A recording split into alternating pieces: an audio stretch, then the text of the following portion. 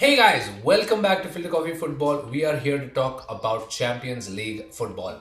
Another round of second leg fixtures and some really surprising results. I mean, only one of our predictions, well, technically two if you count my prediction, but yeah, it was really tough to see what was going to happen this time around.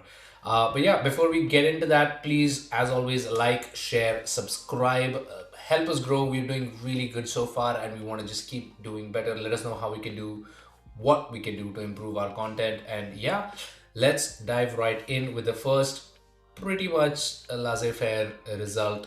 Uh, Lille 1, Chelsea 2. Now, I didn't watch the highlights for this match. I only saw who scored and what the scoreline was. I was not too surprised, despite Tuchel saying that he would drive the van to get the players there if they needed to. This was a prepaid trip for them.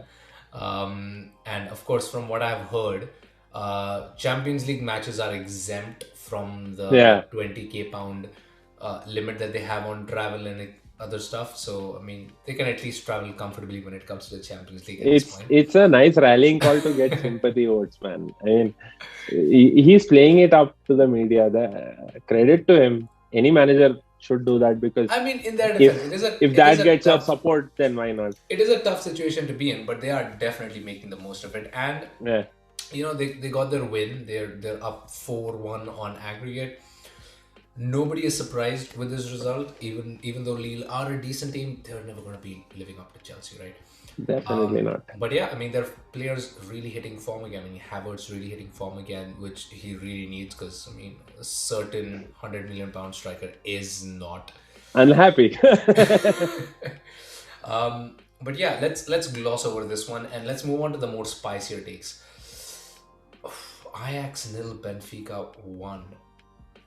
Wow, I did not see that one coming. I mean, you and I both had Definitely. this for like an absolute whipping for Benfica. I did give them some credit for coming through a group stage with Barcelona in there, me being a secondary Barcelona fan. Um, and I mean, they're struggling in the league right now. Benfica are not. They're really having a bad time in the league. But Champions League, this seems like the Chelsea Di Matteo season, where the club was just in absolute shambles, but somehow they just kept getting the results in the Champions Right, League, or even like the Wigan Athletic FA Cup win, if anybody cares to remember that. right. Um, Wigan what was Athletic your or Portsmouth? was it? I think it was Wigan Athletic because they got Both. relegated the season that they won the FA Cup. Yeah, even Portsmouth were the same story. Oh, so three stories to take inspiration from in Yeah. this case. Oh my! But yeah, what do you have to say about this? This was really surprising to me. There is a bigger agenda that I want to peddle here. Getting linked to a certain hot seat just just enables the bottling mode on your performances as a manager, I guess. That's all I can say about this game because Ajax with all that quality, I don't know where they kept it. Maybe they forgot it in the locker room, but you have to turn up on the pitch. You might arguably have a better starting 11, but turning up on the pitch is what you need, and I didn't see that coming. Yeah, I mean, this result for all of their quality, Benfica, not necessarily the best squad anywhere in the competition again, and nobody really expected Ajax to really win this match or anything. Oh, sorry, I win have the to league, lose. win Yeah, the Champions League, or what I meant was, anyway, and they were good on paper. They dominated the game. They had more possession. They had more shots. I mean, they did sort of all the right things, but they just weren't able to find the right touch in there. I think part of it was they just felt too confident going into this match that they were just going to, see it through. And I think that kind of caught them off guard at how prepared Benfica seemed at that point going into the match. Um, Again, I only watched the highlights of this match, and it seemed like Benfica made the most of the chance that they got, whereas Ajax just kept trying and trying and trying and just did not have a great game. As we'll talk about another fixture way later down right at the end. Um, This is a big surprise. I mean, again, with all due respect to Benfica, I think a lot of teams are going to be glad that Benfica progressed over Ajax.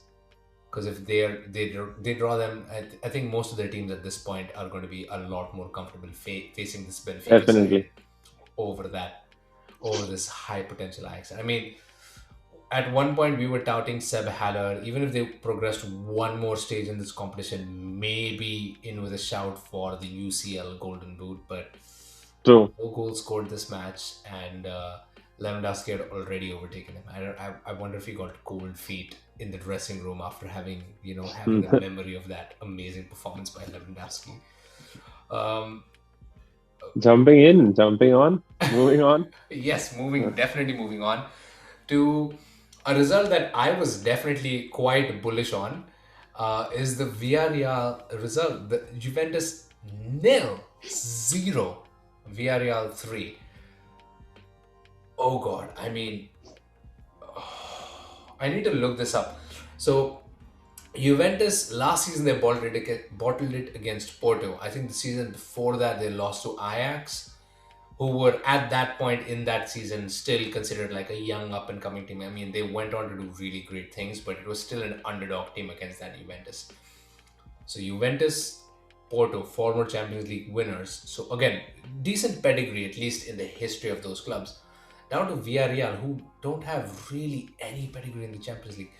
It's like they're getting eliminated year after year against lesser and lesser opposition. Help me make sense of this. I have to understand what do Juventus need more.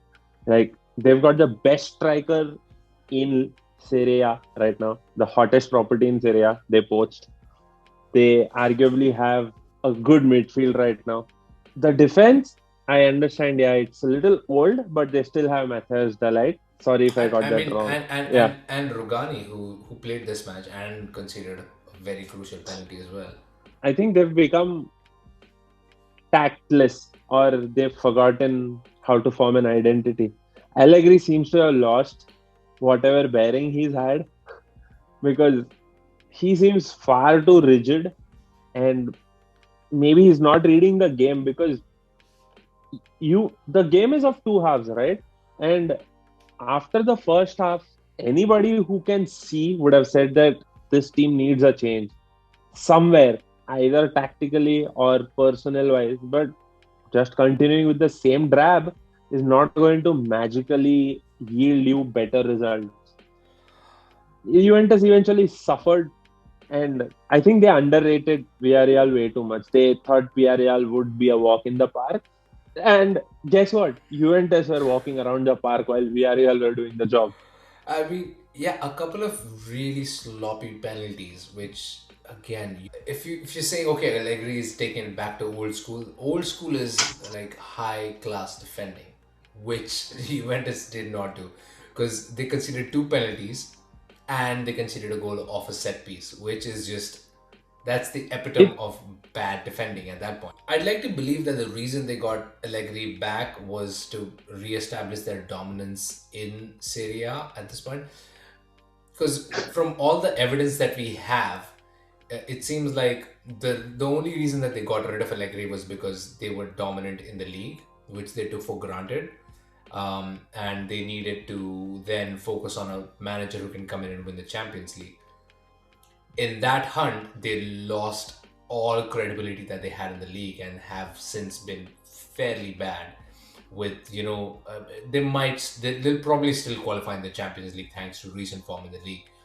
But in the long time that he was at Juventus, he has always struggled with the Champions League. He got them to two finals, which again they lost, and that in and of itself is a big feat. So I don't know what the management was thinking bringing him back in, but this result was just not great at all. And let's end this by talking about Villarreal. Now, I had a very interesting observation about this Villarreal team, and Lo Celso has played a very integral part in this team, and Serge Aurier has been a pretty important part of this team as well.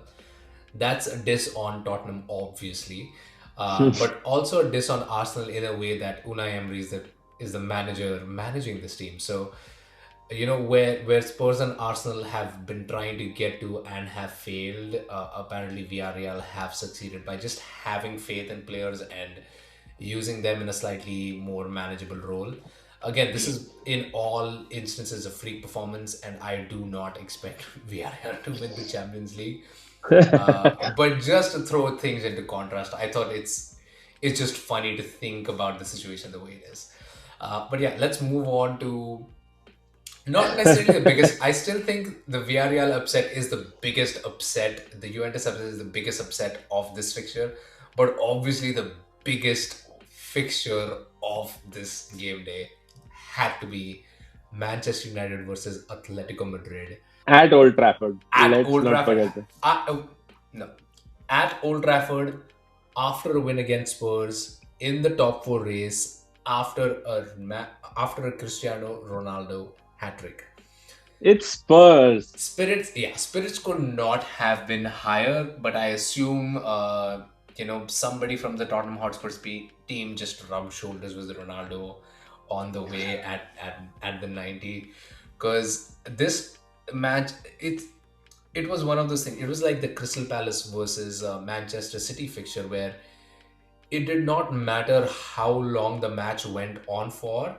Even if you had it a whole other 90 minutes at the end of it, United just did not look like scoring in this one.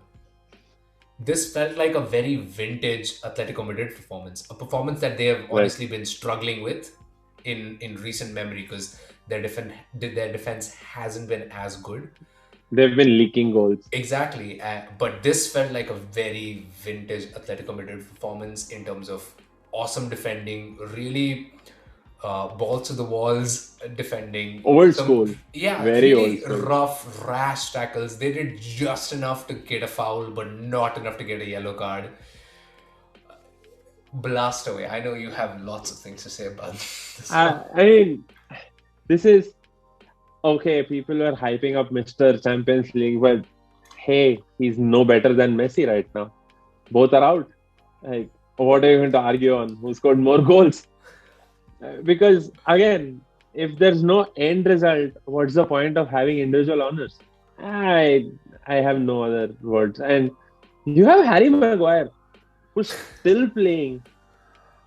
I have zero idea why he's their captain and why he has to play every single game. If you and I can blatantly argue that he doesn't have the tactical acumen to be a defensive leader, let alone be a captain, why do you play him in every single game? Like, bench him, get his mentality sorted, get him to get his basics right. If you have such a big liability playing for you at centre back, I don't think you're ever going to recover. Second, there is this other aspect of where you have Sir Alex Ferguson's shadow looming over always, everywhere. I think United need a proper manager. I don't know who that is going to be, because as soon as they're linked with other managers, those managers start bottling. Poch, bottled. Ten Hag, bottled. Brendan Rodgers, bottled. That's three examples. I mean, lightning doesn't strike twice, but I think it's struck thrice right now. So they need someone who can fix their system, get rid of the dead wood, even if that means letting go of Harry Maguire, because there are better centre backs in this world.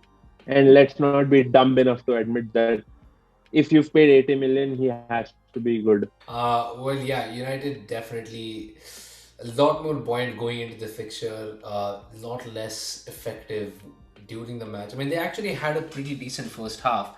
But I mean, that's to be expected, right? Because that's how Atletico play. They let you come in, they let you feel like you're nice and comfy.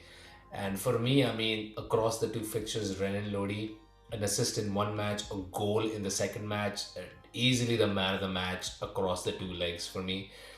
Even Felix, top performance.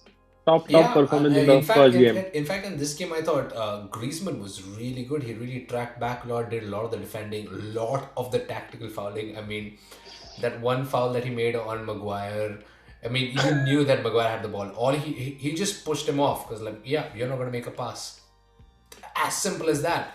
But that is what Atletico used to be about, and that is what Atletico showed in this game. I do not know if they're going to be able to sustain this, but I'm pretty sure they are going to be a much tougher opposition to any other team that come up against them compared to Manchester United. I'm pretty sure that, especially teams, especially teams in the Premier League, are going to be a lot more wary about coming up against Atleti than Definitely. they would have been against a United team. So I guess in this final moment, Simeone did get the last laugh over Ronaldo, having been eliminated by Ronaldo like 3 times in the Champions League at this point. It would be it's I guess it's a sort of a nice way for Atleti to send a message back to him at his own club where he really made it big. I also think that uh, there could be better United supporters, because throwing bottles at your opposition manager, even if he was the most evil person on this planet, that's not you guys. That's not your class or standard. You don't do that at your home ground. I mean, you don't do it anywhere, but doing it at your own home ground to an opposition manager just speaks about the problems you have within your own side, or the frustration that you've had within your own side that you aren't able to take out because you love them so much. So, what do? You take it out on the opposition, and Yeah, that's not the right thing to do. well said. Because one of the things that did stick with me was how Simeone had to run back into the tunnel to avoid all the Projectiles. projectiles coming over towards him. But phew, let's we're gonna touch base again once we have the sorting for the next round of fixtures. This is gonna be really exciting where things go from here. Great teams in the league, some bogeys, some dark horses in there, but this is going to be a really spicy next round of fixtures. So we will see you then. Thank you so much again for joining us. Like, share, subscribe as always, and we will see you guys next time. Bye. Bye bye.